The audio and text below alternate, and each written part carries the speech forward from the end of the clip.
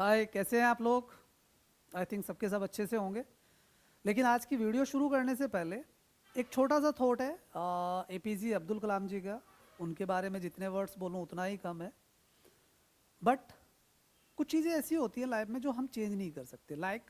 उन्होंने एक thought right किया था, you can not change your future but you can change your habits and surely your habits will change your future. Meaning क्या हुआ इसका? Meaning हुआ कि हम अपना फ्यूचर नहीं बदल सकते क्योंकि फ्यूचर हमारे हाथ में नहीं होता है, बट हम अपनी आदतों को बदल सकते हैं। और आदतें जब बदल जाती हैं तो फ्यूचर ऑटोमेटिकली रिफ्लेक्ट होना शुरू हो जाता है, बदलना शुरू हो जाता है। ठीक है, मीन्स क्या हुआ, मॉरल्स क्या हुए इस स्टोरी के, इस थॉट के? मॉरल्स ये हैं, जो इसका टाइटल अगर कंक्लूजन में निकालूं इसका, तो कंक्लूजन ये रहेगा, आपके बोर्ड एग्जाम्स हैं, अगर आप अपने आप के अंदर अभी हैबिट्स में चेंज लेके आ जाते हो तो मे भी पॉसिबल है कि आपके रिजल्ट्स पॉजिटिव हो सकते हैं। अगर अभी भी आपने अपनी आदतें, अपनी हैबिट्स को चेंज नहीं किया, अपने रूटीन को चेंज नहीं किया, तो I think you know very well about the results. ठीक है, और आप ही नहीं, फिर पूरी सोसाइटी, आपके पेरेंट्स, वो सब जानते हैं कि रिजल्ट क्या होने वाला है। तो मैं नहीं चाहता हूं कि आप लोगों की वजह से आपकी फैमिली मेंबर्स को, आपके पेरेंट्स को नीचा देखना पड़े। तो please try to understand this, change immediately yourself, your habits regarding to your better future. Okay, तो इसी के साथ हम अपने नेक्स्ट टॉपिक को शुरू करते हैं, जो हमारा डिबेंचर कंटिन्यू था। डिबेंचर्स में सबसे पहले हम बात कर रहे हैं, yes, various cases of redemption of debentures, यानी कि डिबेंचर के वेरियस केसेस कि वो डिबेंचर, एक कंपनी डिबेंचर्स को रिडीम कैसे कैसे कर सकती है और कैसे कैसे इसको इशू करेगी, क्योंकि ये सभी टर्म और कंडीशन डिसाइड हो जाती हैं at the time of the issue. जब कोई कंपनी शेयर डिबेंचर इशू करती है तो तभी ये सारी चीज़ें डिसाइड हो जाती हैं, वो कॉन्ट्रैक्ट साइन हो जाता है इमीडिएटली इफेक्ट से। ठीक है, तो उसी चीज़ को हम देखते हैं, और एग्जाम के पॉइंट ऑफ व्यू से डिबेंचर के चैप्टर में ये सबसे इंपॉर्टेंट टॉपिक होने वाला है, ये टॉपिक और इससे आगे वाला टॉपिक, यानी कि रिडम्पशन ऑफ डिबेंचर्स। यहाँ सिर्फ हम केसेस की बात करेंगे आज, और प्रैक्टिकल प्रॉब्लम्स नेक्स्ट वीडियो में शो करेंगे। क्लियर है? तो यहाँ पे हम बात कर रहे हैं various cases of redemption of debentures. First case, when debentures are issued at par, यानी कि एट पार का मतलब होगा कि जितनी उसकी फेस वैल्यू है उस पे इशू किया गया है। देन रिडीमेबल एट पार, और उसका जो रिडम्पशन है, रिडम्पशन का पहले प्रोसेस समझ लीजिए। रिडम्पशन होता क्या है, किसको रिडीम करना बोलते हैं? जब कंपनी कोई भी, उसको पैसे की, फंड की रिक्वायरमेंट होती है तो वो डिबेंचर इशू करती है, पैसा बोरो करती है लोगों से, जनरल पब्लिक से। तो ठीक है, वहां पे वो क्या करती है, 100 रुपीज़ का कोई डिबेंचर इशू किया उसने, या 100 का है, 50 का है, 200 का है, 1000 का है, वॉट एवर अमाउंट कुछ भी हो सकती है, यानी कि उसकी जो फेस वैल्यू है वो 100 रुपीज़ है। लेकिन जब कंपनी उसका पेमेंट करेगी तब भी वो 100 ही पे करेगी, यानी कि जितने पे इशू किया उतने पे ही वापस। क्लियर हुआ? जितने पे इशू किया उतना ही पैसा वापस कंपनी कर रही है डिबेंचर होल्डर को। तो इसी सिचुएशन को बोला जाता है इशूड एट पार और रिडीमेबल एट पार। यहाँ पे आपने जो जर्नल एंट्रीज की हैं डिबेंचर से रिलेटेड, जो लमसम में आपने की थी, ये कंडीशन आपकी इंस्टॉलमेंट में भी हो सकती है और लमसम में भी हो सकती है। तो जो एंट्रीज आपने लमसम में की थी वही एंट्री हैं। क्लियर? तो यहाँ पे पहली एंट्री होगी bank account debit to debenture application and allotment. ये एंट्री आप जानते हैं, बहुत अच्छे से जानते हैं, मैं करा चुका हूँ इस एंट्री को, क्वेश्चंस भी हो चुके हैं। Now second entry, debenture application allotment account debit to जितने भी परसेंट डिबेंचर होंगे, वो 8%, 7%, 6%, वोट एवर, वो कुछ भी है, दैन दिस। मैं बार बार रिपीट कर रहा हूँ, सभी क्वेश्चंस फॉर्मेट में होंगे, कोई आप शॉर्ट फॉर्म यूज नहीं करेंगे। ठीक है, मैं टाइम सेव करने के लिए सब कुछ करता हूँ कि आपको प्रॉपर फॉर्मेट में क्वेश्चन नहीं दे रहा हूँ, शॉर्ट फॉर्म यूज कर रहा हूँ, क्योंकि वीडियो ज़्यादा लेंथी हो जाती है। लेकिन मैं आप लोगों को इसको बताता हुआ चल रहा हूँ कि आपको क्वेश्चन कैसे अटेम्प्ट करना है। अगर आपने प्रॉपर फॉर्मेट में और प्रॉपर फॉर्म के साथ यूज नहीं किया तो आपके मार्क्स कट हो सकते हैं। ठीक है, नाउ अब देखिए, एक मैंने एग्जांपल लिया, ए डिबेंचर इशूड एट ₹100। एक डिबेंचर कितने में इशू किया? 100 रुपीज में इशू किया और रिडीम्ड आफ्टर 5 ईयर्स, और 5 साल बाद वो पेमेंट कर रही है कंपनी उसका। रिडीम्ड आफ्टर 5 ईयर्स का मतलब है कि 5 साल बाद पेमेंट देगी, और कितना पेमेंट करेगी? 100 रुपीज का। तो इसका मतलब क्या हुआ? एट पार पे इशू किया और एट पार पे ही रिडीम कर लिया। तो जब इशू करती है, यहां तक की एंट्री देखते हैं, इशूड की एंट्री, तो इशूड कितने में किया? 100 रुपीज में। तो बैंक में कंपनी के पास कितना पैसा आएगा? 100 रुपीज। मैं केवल एक डिबेंचर को लेके चल रहा हूं, ठीक है, एक ही डिबेंचर। नाउ इसी डिबेंचर की अमाउंट यहां कैरी हो जाएगी। आई थिंक आप लोगों को समझ में आया होगा। इस केस को कॉपी कीजिए फटाफट से, do it. Now next case पे चलते हैं हम लोग। Next case number second, when debentures are issued at par, at par पर इशूड है और एट प्रीमियम पर रिडीम है। यानी कि कंपनी किसी डिबेंचर को 100 रुपए में इशू करती है। इशूड एट पार का मतलब 100 रुपए में इशू किया, और एट प्रीमियम का मतलब है कि वो 100 से ज्यादा रुपए उस डिबेंचर होल्डर को देगी at the time of redemption. तो यहाँ पे 100 रुपीज में मैंने एग्जाम्पल लिया है, a debenture issued ₹100 and redeemed after 3 years at 10% premium, यानी कि 10% अबाव अमाउंट पे कर रही है कंपनी आफ्टर 3 ईयर्स। 3 साल बाद 10% की अमाउंट ज़्यादा देगी। अब 100 रुपये का डिबेंचर है आपका, 100 का डिबेंचर है, इसका 10% कैलकुलेट कर लीजिए, तो आपका आ जाएगा 10 रुपीज़। क्लियर? तो यानी कि एक डिबेंचर के ऊपर कंपनी 10 रुपये एक्स्ट्रा देने वाली है। तो आपकी कंपनी के पास, क्योंकि इशू किस पे किया है? एट पार पर, तो पैसा तो फेस वैल्यू ही आएगी आपके पास। क्लियर हुआ? लेकिन जब कंपनी उसको 10 रुपीज एक्स्ट्रा देगी तो वो कंपनी के लिए लॉस होगा। ठीक, वो कंपनी के लिए क्या होगा? लॉस होगा, जब वो 3 साल बाद पेमेंट करने वाली है। लेकिन उस लॉस की एंट्री कंपनी आज करेगी, और ये आपसे वाइवा में पूछा जा सकता है कि बताएं कि अगर आज लॉस इनकर्ड हुआ है और वो फ्यूचर में होने वाला है और एंट्री आज कर रहे हो आप लोग, तो ये किस कॉन्सेप्ट पे है?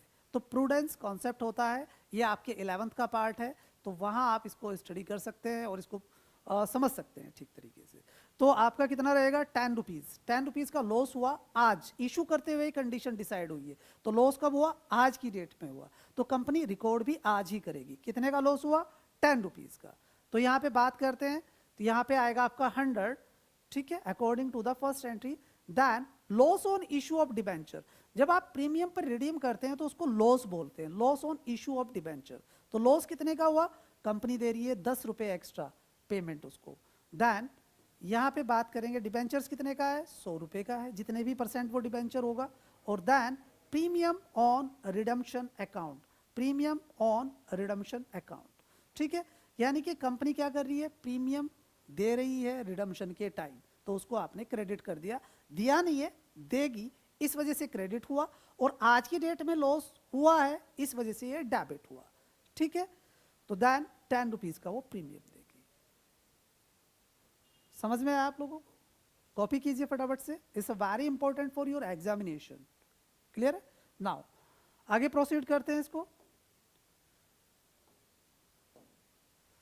नेक्स्ट केस है आपका when debentures are issued at premium और रिडीमेबल एट पार। जब आपने प्रीमियम पर इशू किया और रिडीम कब कर रहे हो? एट पार पे। यहां कंपनी को बेनिफिट है, क्योंकि इशू करते हुए प्रीमियम है और पैसा देते हुए एट पार है। मतलब जब वो कंपनी इशू कर रही है 100 रुपये के डिबेंचर को 110 में इशू कर रही है, लेकिन जब पेमेंट कर रही है, रिडीम कर रही है, तब वो केवल उसकी फेस वैल्यू पे कर रही है।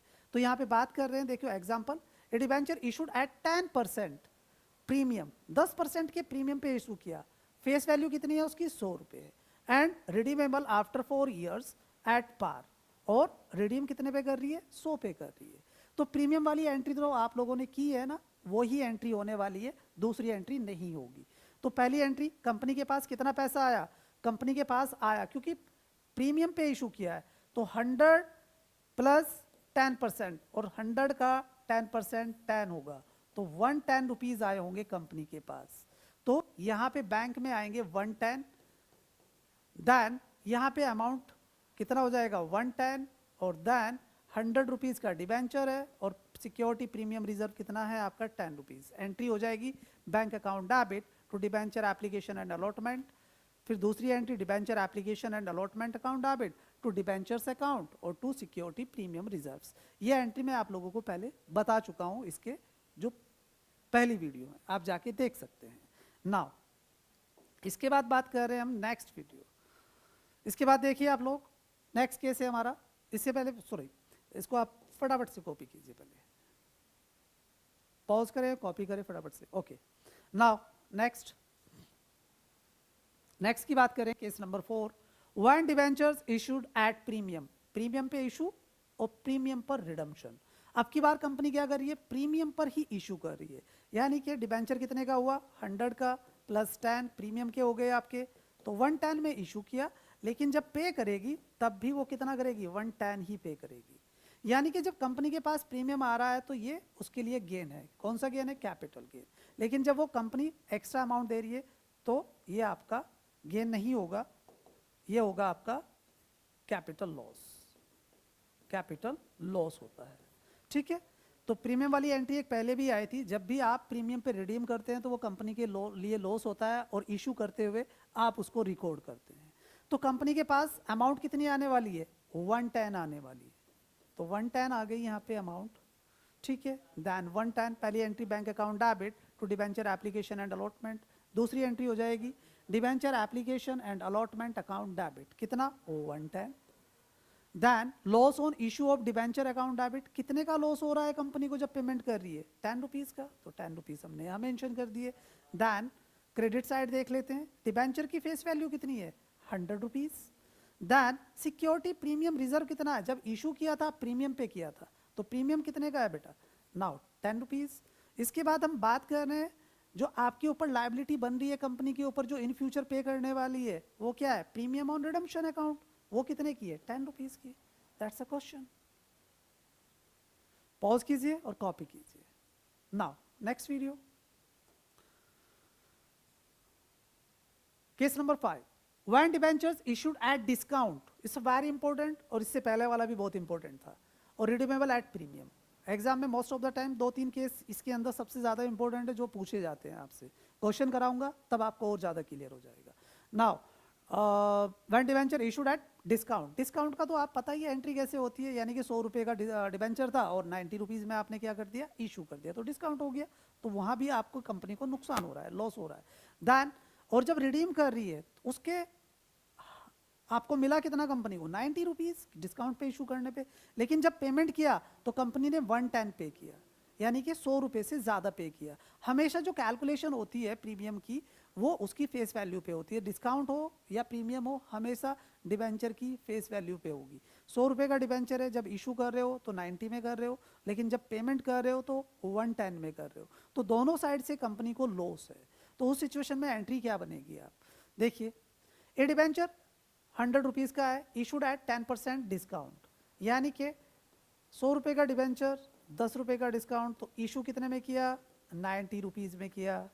ठीक है, और रिडीम कितने पे कर रहा है, 15% पे कर रहा है, तो यानी कि 100 रुपये का डिबेंचर है, इसका 15% जब आप कैलकुलेट करोगे तो 15 रुपीज़ आएगा, तो दे कितने रहे हैं कंपनी, 115, तो ये भी आपका क्या है, लॉस है। ये रिडम्पशन के टाइम है, तो दोनों तरीके से कंपनी को लॉस हो रहा है, इशू करते हुए भी और रिडीम करते हुए भी। तो इसकी एंट्री देखते हैं। देखिए, जब कंपनी के पास अमाउंट आएगी तो डिस्काउंट कट होके आएगी। 100 का डिबेंचर है, 10 रुपये डिस्काउंट के कट हो गए, तो कंपनी के पास पैसा कितना आया होगा, 90 रुपीज़, तो 90 रुपीज़ आपने पहली एंट्री में डाल दिया। Bank account debit to debenture application and allotment account, clear हुआ। अब ये 90 रुपीज़ आपने यहाँ राइट कर दिए। अब loss on issue of debenture, loss on किसको राइट करते हैं, प्रीमियम को, तो प्रीमियम कितना दे रहे थे आप रिडीम करते हुए, 15 रुपीज़, तो 15 रुपीज़ यहाँ डाल दिया आपने। Then discount on issue of debenture कितना दे रहे थे आप, 10 रुपीज़, तो 10 रुपीज़ मैंने यहाँ पुट कर दिए। ठीक है, देन परसेंटेज डिबेंचर, जितने परसेंट वो डिबेंचर होंगे उनकी फेस वैल्यू कितनी थी, 100 रुपीज़ मान रखी है हमने, 100 रुपीज़ हमने वहाँ पे लिख दी।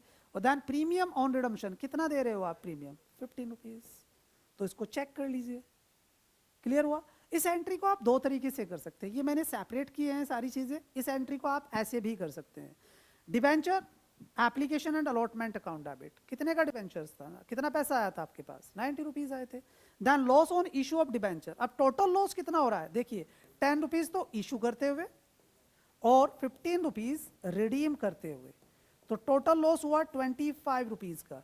तो 25 रुपीज़ आप कहाँ डाल देंगे? कंबाइंड, मैंने इन दोनों को कंबाइंड कर दिया है। Loss on issue of debentures, कितना लॉस हुआ टोटल आपको? 25 रुपीज़ का। दैन डिबेंचर कितने का है? 100 रुपीज़ का है। और प्रीमियम ऑन रिडम्पशन कितने का है? 15 रुपीज़ का है। आप इस एंट्री को ऐसे बनाए या ऐसे बनाए, जैसे भी आपको ईजी लगे वैसे बना सकते हैं। क्लियर हुआ? नाउ इसको फटाफट से पॉज करना है और देन कॉपी करो इसको। ओके, नाउ इसके बाद बात करते हैं नेक्स्ट केस की। When debenture issued at discount और रिडीमेबल एट पार, डिस्काउंट पे इशू कर रहे हो और एट पार पे रिडीम कर रहे हो, तो यहां सिंपल आपकी डिस्काउंट वाली एंट्री होनी है जैसे आप लोगों ने पहले की है। यहां पे इसका एक एग्जांपल देख लेते हैं। ए डिबेंचर इशूड 100 रुपीज़ का है, 10% डिस्काउंट है and redeemable at after 5 years at par, यानी कि 5 साल बाद उसको किस पे रिडीम किया जा रहा है? पार पे, यानी कि 100 रुपये दिए जा रहे हैं। तो यहाँ पे देखिए आपके पास जो पैसा आएगा कंपनी के पास, वो डिस्काउंट कट होने के बाद आएगा। 10% का डिस्काउंट है आपका, 100 रुपये का डिबेंचर है, तो 90 रुपीज़ आपके पास आने हैं पहली की तरह। तो bank account debit to debenture application and allotment account. दूसरी entry, debenture application and allotment 90 rupees, discount कितना है? 10 रुपीज़ का, और डिबेंचर की फेस वैल्यू कितनी है? 100 rupees. These are the only 6 cases, और इन 6 केसेस में से 3 cases too much important for your board examination. तो प्लीज बच्चों focus on this topic, and if you have any queries तो then mention in comment box properly. Question भेजिए, queries भेजिए, topic जो समझना है उसके बारे में बताइए, एनीथिंग जो भी आपको रिक्वायर्ड है we will provide, we will give you our best. Honestly हम आपके लिए काम कर रहे हैं, अपने लिए नहीं कर रहे हैं, ठीक है?